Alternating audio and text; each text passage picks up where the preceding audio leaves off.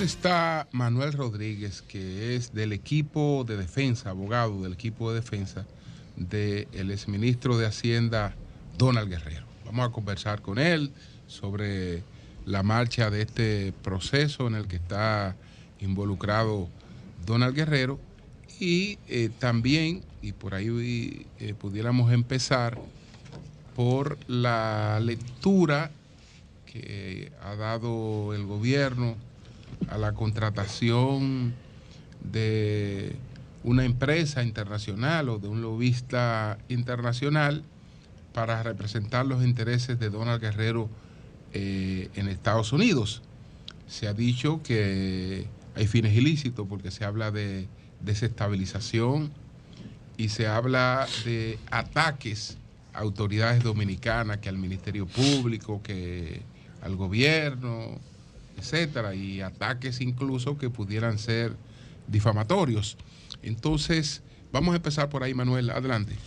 Muchas gracias, don Julio, particularmente en nombre de toda la defensa del ciudadano Donald Guerrero, pero también en nombre de por esta valiosa oportunidad, porque sé que con ustedes estoy con interlocutores objetivos. Yo creo que lo que ha faltado en este caso precisamente es objetividad para entender su dimensión y su trascendencia. Y hechos tan particulares como esa contratación, que se ha dicho que ha sido para difamar, lo cual es un absurdo. Si fuese con ese objetivo, entonces tuviese causa ilícita y en cualquier país civilizado fuese un contrato nulo. Esa contratación es tan ordinaria como los contratos que por décadas suscribe el gobierno dominicano para fines similares y de manera más precisa que ha suscrito incluso el presidente actual de la República en el año 2015 con el señor Roger Noriega por montos similares incluso, y que ha suscrito este gobierno a partir del 2020 con el mismo personaje por montos que duplican ese monto original o el monto de la contratación de Donald Guerrero. Fue una empresa de consultoría, DCI Group, que se contrató para representar los intereses de este residente legal en Estados Unidos y empresario por más de 30 años de manera exitosa, y de quien, este es un dato muy importante, depende más de 700 familias en Puerto Rico a través de sus empresas. Entonces, tratar de ligar esas calidades y esa situación es algo importantísimo para el interés legítimo de este ciudadano, sobre todo si atendemos que no hay quizás un catalizador más potencial de los riesgos reputacionales que el involucramiento de un empresario en un proceso de corrupción en cualquier país del mundo. Manuel, tú dices que lo mismo que ha hecho Donald, el gobierno lo ha hecho en varias ocasiones. Sí, es un contrato totalmente común porque se trata de agenciar protección para la imagen, para la reputación, de dadas circunstancias particulares que pueden ser vocaciones electorales, que pueden ser coyuntura, contingencia, como en este caso sucede con Donald Guerrero. Y esos contratos son públicos. Este contrato se conoce porque precisamente se lleva a cabo un procedimiento en Estados Unidos donde está regulado el lobismo y actividades de esta naturaleza que ameritan su registro y dominio público. Ahora mismo usted puede, vía Google, entrar y conocer todos los contratos que tiene el gobierno dominicano. Yo le estoy significando solamente dos. En el año 2015 se conoce, y fue parte también del conocimiento público a través de los medios de prensa en República Dominicana, que el señor presidente de la República, entonces candidato, suscribió un contrato con el denominado Roger Noriega por aproximadamente $600,000 por un año para precisamente trabajar su imagen y lograr posicionarse haciendo incidencia en la toma de políticas públicas que son totalmente relevantes. Cada año Estados Unidos publica a través de su embajada el informe de derechos humanos, y en el caso de Donald Guerrero, evidentemente él es una de esas víctimas que se trivializan cuando simplemente se significan las estadísticas, pero que hay un drama, hay un abuso y hay una situación que debe ser enfrentada. Homero dijo, el vocero del gobierno, que supuestamente era conspirativo porque iban a atacar a la procuradora, a la fiscal. Una campaña de descrédito. Que iba a haber una campaña de descrédito en contra de ellos y que eso era desestabilizar el gobierno. Aunque me parece sorprendente esa capacidad creativa, al mismo tiempo lo veo como algo totalmente banal y trivial. Lo que sí es trascendente, ese pronunciamiento, es que el gobierno tome participación en la incidencia de un caso penal. Eso no se había visto en la historia. Como muchas otras situaciones que yo quisiera ponerle en conocimiento de ustedes para que vean que estamos frente, en mi convicción, como académico, como abogado, como investigador, del proceso más injusto que la historia contemporánea conozca en República Dominicana. Y puede poner 2 o 3 elementos de eso, porque yo me imagino que muchos que buscan y que marcharon por eso, fin de la impunidad, fin de la corrupción, quieren también respeto por el debido proceso, por utilizar 2 palabritas muy comunes. Claro. Por lo menos 2 o 3 elementos. Sí, lo primero que quiero someter a su consideración, a su razonamiento, es una inferencia lógica de que si el señor Donald Guerrero tuviese algo que temer de esa acusación, de esos hechos históricos, ¿ustedes creen razonable que hubiese llevado eso al Departamento de Estado, a la Embajada norteamericana, para que lo analicen el expediente, los hechos históricos? Yo creo que no, eso se cae de la mata. Lo que él está buscando es que se acaben los abusos y se lleve a cabo un proceso justo en el que él pueda ejercer su derecho de defensa. Investíguenme, pero respeten mi garantía como se la respetan a los demás. A los demás quiero decir, no a todos los ciudadanos, sino a selectivos ciudadanos que han sido funcionarios públicos, por ejemplo. Entonces, ¿cuáles son esas particularidades que hacen este caso extraordinario? Y yo apelo a la objetividad que ustedes tienen, que no tengo que preocuparme por eso, pero también del usted oyente y principalmente del Ministerio Público, porque aquí lo que ha faltado es objetividad en el sentido de ver las cosas tal como son o como se muestran, tratando de tener una cierta independencia de la subjetividad. Yo sé que la objetividad nunca es absoluta, porque el conocimiento siempre es de un sujeto, pero si no fuese posible ser absolutamente objetivo, entonces ni la ciencia ni la justicia fuese posible. Entonces, ¿de qué yo estoy hablando? Mire, este es el caso que tiene la investigación más larga en la historia judicial de este derecho procesal penal que se aplica en República Dominicana del año 2002. Empezó en el año 2020. Tiene 3 años de investigación. Según el Código Procesal Penal, en un proceso ordinario, el plazo máximo de investigación es de 1 año y se podría prorrogar por 2 meses. En un caso de que tenga prisión preventiva, serían 6 meses esa investigación y se podría prorrogar por esos 2 meses también. Este es un caso complejo que ya sí ha sido decretado. Nosotros entendemos que es inadmisible en esa consideración, pero es un caso complejo. En este caso complejo, el máximo de la investigación serían 8 meses y una prórroga de 4 meses, es decir, de 12. Tiene 3 años. ¿Cómo empieza este caso? Bueno, al 5º día de este gobierno tomar posesión, el señor director de presupuesto hace un pronunciamiento diciendo que a Donald Guerrero hay que investigarlo. E inmediatamente se empieza a investigar a Donald Guerrero. ¿Y por qué digo que inmediatamente? Porque ya el día 22 de noviembre había una alerta migratoria que valía como impedimento de salida. O sea, fíjense si no hay una separación aquí. Noviembre del 2020. Sí, noviembre de 2020. Fíjense, aquí está una certificación, es un souvenir para ustedes. Sí. Una certificación de la Procuraduría General de la República, en la que se da cuenta de lo siguiente, que existe una alerta migratoria que vale como impedimento de salida en los términos, una medida arbitraria así de consideración por la Suprema Corte y el Tribunal Constitucional, contra el señor Donald Guerrero, impuesta a requerimiento de la magistrada Jenny Berenice Reynoso, directora del Departamento de Persecución y Corrupción Administrativa de la Procuraduría General de la República. Yo estoy seguro que cuando el señor Connie Mack ve eso, que no tengo ninguna incorrección que advertir de la comunicación que se publicó, evidentemente dijo, aquí hay un abuso procesal. ¿Por qué? Eso es un impedimento de salida sin orden judicial. Entonces, ¿de qué fecha estamos hablando? 22 de noviembre de 2020, formalmente. Tuvo que empezar antes. ¿No había una orden judicial? No, a la fecha no ha habido orden judicial en relación a esa medida. Pero fíjese, evidentemente que si la alerta migratoria con efecto de impedimento de salida se puso en noviembre del 2020, se estaba investigando previamente, porque tú no le vas a poner a dedazo. Entiendo yo que no fue así. Hubo que hacer una consideración primero y impongan eso. Entonces ahí tenemos la primera arbitrariedad de la señora Jenny Berenice. En este caso, representación del PECA, pero digamos del Ministerio Público para no personalizar esto. Entonces, ¿qué sucede luego de eso? En fecha 5 de febrero de 2021 empiezan los interrogatorios. Ese señor lo interrogan, vía citación, en 14 ocasiones. 14 ocasiones, 14 interrogatorios. Eso también es totalmente normal. Hay una investigación en curso. Pero lo que te quiero significar es que vea que ya la investigación había empezado en 2020 y se había transportado a todo el 2021. 14 interrogatorios. Ya estamos en una investigación formal, ya se activaron los plazos. Ya yo te he dicho a ti las limitaciones que tienen esos plazos cuando empieza la investigación formalmente. Entonces, en esa investigación, ¿qué es el derecho más básico que puede ejercer un ciudadano aquí y en el primer mundo o en cualquier otro país que se diga civilizado? Dame la prueba de lo que tú me acusas. En Estados Unidos eso no se discute. En Estados Unidos la discusión podría ser hasta dónde llega ese derecho.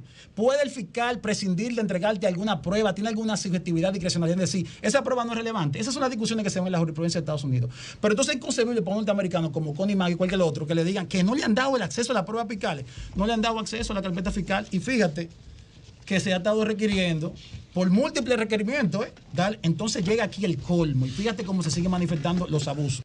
Doña Miriam Germán, después que ve que ya van 3 solicitudes de requerimiento de acceso a la carpeta fiscal, déjame ver mi prueba que tú me estás acusando y tiene un pedimento de salida conmigo y me está interrogando, el 4 de marzo se le pide, el 18 de abril, el 4 de julio. A ese requerimiento del 4 de junio, doña Miriam nos comunica este acto, a requerimiento de ella personalmente, como Procuradora General de la República. El 19 de julio, donde comunica una instrucción que le da a Jenny Berenice y le dice textualmente, único, dar acceso al señor Donald Guerrero a la carpeta fiscal de investigación cursada en su contra. Eso fue el 18 de marzo del 2022 que Jenny Release recibe esa instrucción. A la fecha no se ha dado acceso a la carpeta fiscal. O sea, todavía. Todavía. De hecho, el próximo lunes vamos a conocer frente a la jueza control esta solicitud.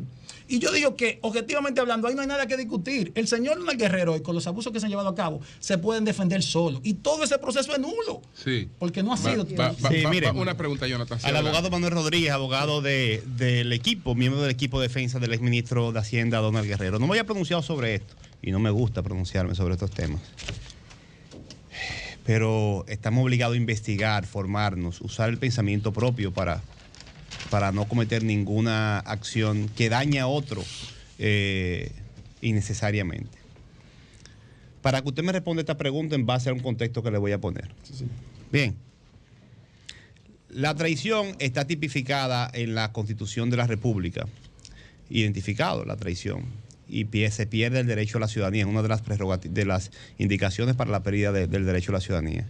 Creo que bajo ninguna circunstancia se debe utilizar ese término de traición, aunque se ejecute en este momento, en esta coyuntura, porque le hace daño incluso a los cambios de la justicia. Creo que no debe usarse. Sin embargo, estaba buscando el Código Penal, porque usted refiere a empresas privadas que hacen contrataciones de lobby y empresas y relaciones y contratos del Estado. En la Constitución el Estado es uno y está dividido en tres grandes poderes del Estado. Es uno y sus autoridades representan al Estado. Un policía representa al Estado, el Ministerio Público representa al Estado, el presidente representa al Estado y los legisladores representan al Estado. ¿Estamos de acuerdo con eso? Muy bien. Usted comparó esta acción con la que hacen actores privados. Muy bien.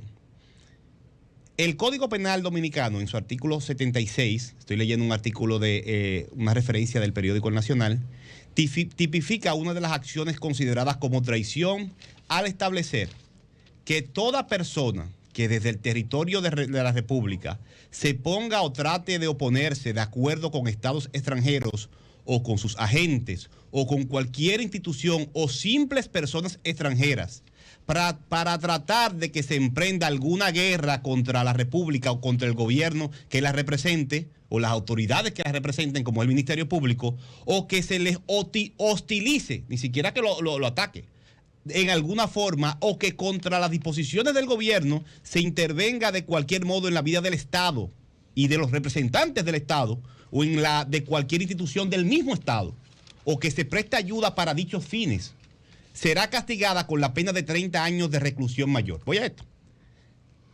El Código Penal indica que hay una diferencia entre lo que usted está diciendo, que se contrate desde el mismo Estado acciones de lobby para promover y defender al país, que es un derecho, un deber incluso de las autoridades, y las acciones particulares y de otros estados. Son dos cosas diferentes para que usted me lo aclare. Ahora, dicho esto y tomando en cuenta el artículo 76 de la Constitución, usted reitera que es igual que un acusado contrate a empresas para hacer defensa cuestionando y atacando al Ministerio Público, al Estado Dominicano. Es lo mismo que el Estado Dominicano contrate empresas para hacer lobby. Perfecto. Y representar al país. Escuchemos ahora. Bien. Yo creo que la analogía es impertinente. Primero porque va a la cuestión. ¿Por qué impertinente? Sí, le leí el artículo de la Constitución. O no procedente, del mejor dicho, o inadecuada. No es pertinente. No, que no es pertinente. Yo lo remito al artículo 76 del Código Penal. No es que es impertinente, es que no es pertinente. No, lo que él quiere, pues. No. Pero que me responda el artículo 76 del Código Penal. Vamos a cambiarlo de impertinente por no pertinente. No pertinente. Me puede decir más conforme con no pertinente. Me puede ser esta barriga. Que me responda al artículo 76 del Código Penal. Capciosa la pregunta. Adelante. Sí, en primer lugar, porque va de la cuestión inicial de mi planteamiento, yo fui muy preciso en significar incluso una contratación del actual presidente cuando era precandidato. No era el Estado en ese momento. No era el Estado en ese momento, pero no solamente él, lo hacen múltiples empresas para defender sus intereses. No, para atacar al Estado. Estamos hablando, pero ¿dónde lo lo defiende sus intereses? El artículo 76 de la Constitución. Para eso. Código Penal. No cometa el error que cometiste con Suruma. No, tranquilo. Ok, pero vamos a escuchar ahora. Sí. No, que es un absurdo pensar que se contrató para tratar el Estado, primeramente porque sería un contrato con causa lícita. Vamos a lo formal.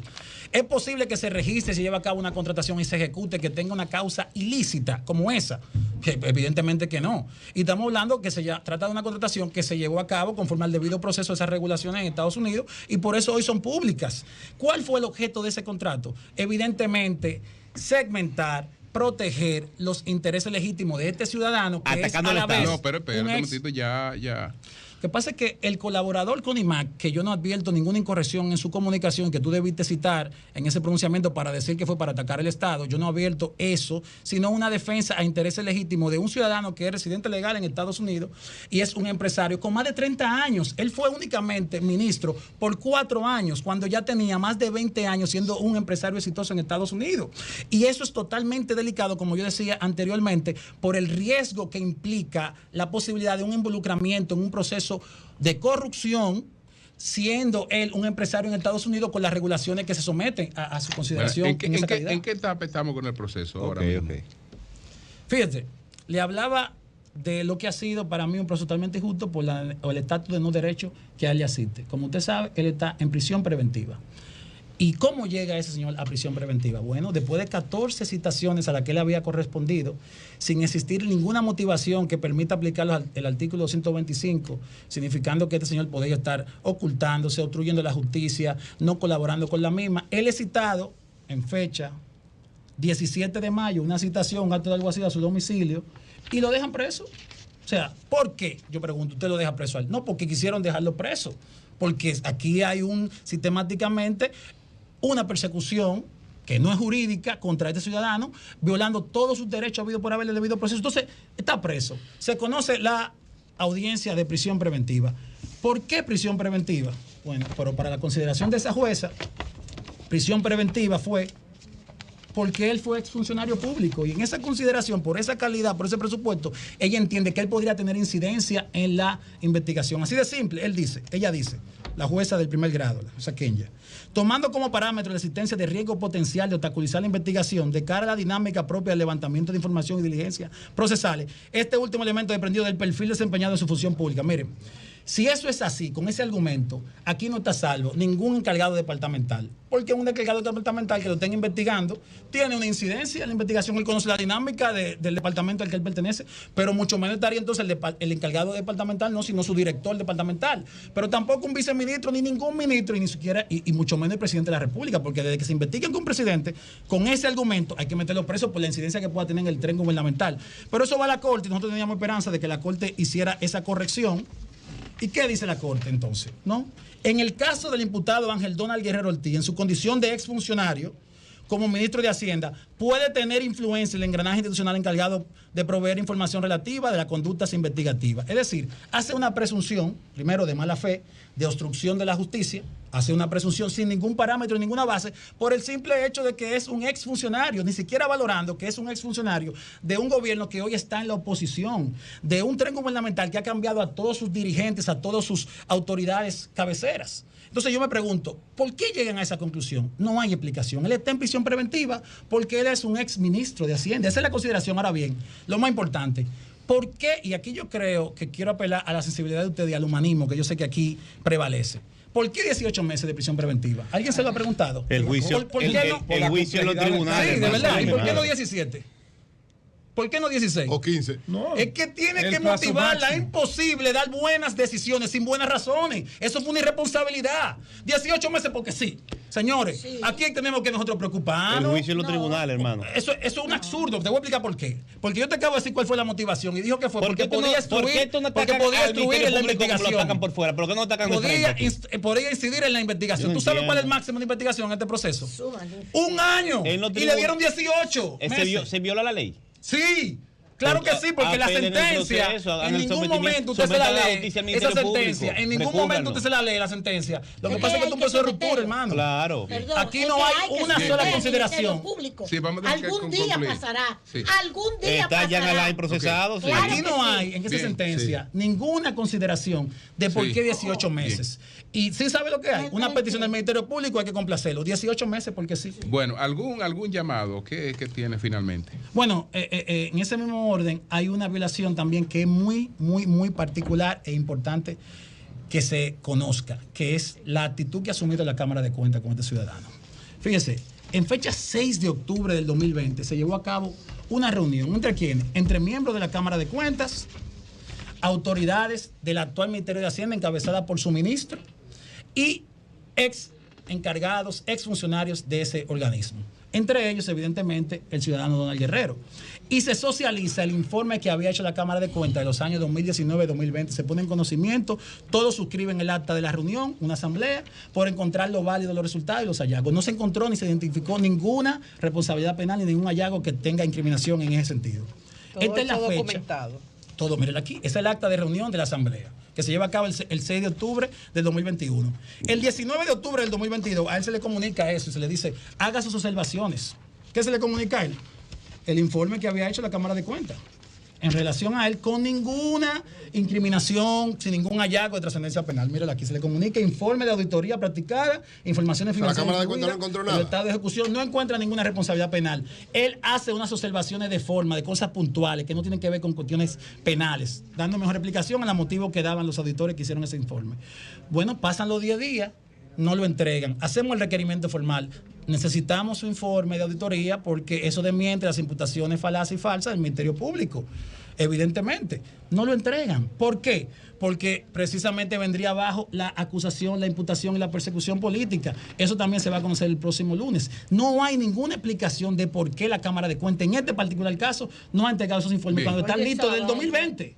Bueno, la auditoría pues muchas gracias a Manuel Rodríguez, miembro del equipo de defensa del exministro de Hacienda, Donald Guerrero. Gracias, Gracias Manuel. a ustedes. Cambio y fuera.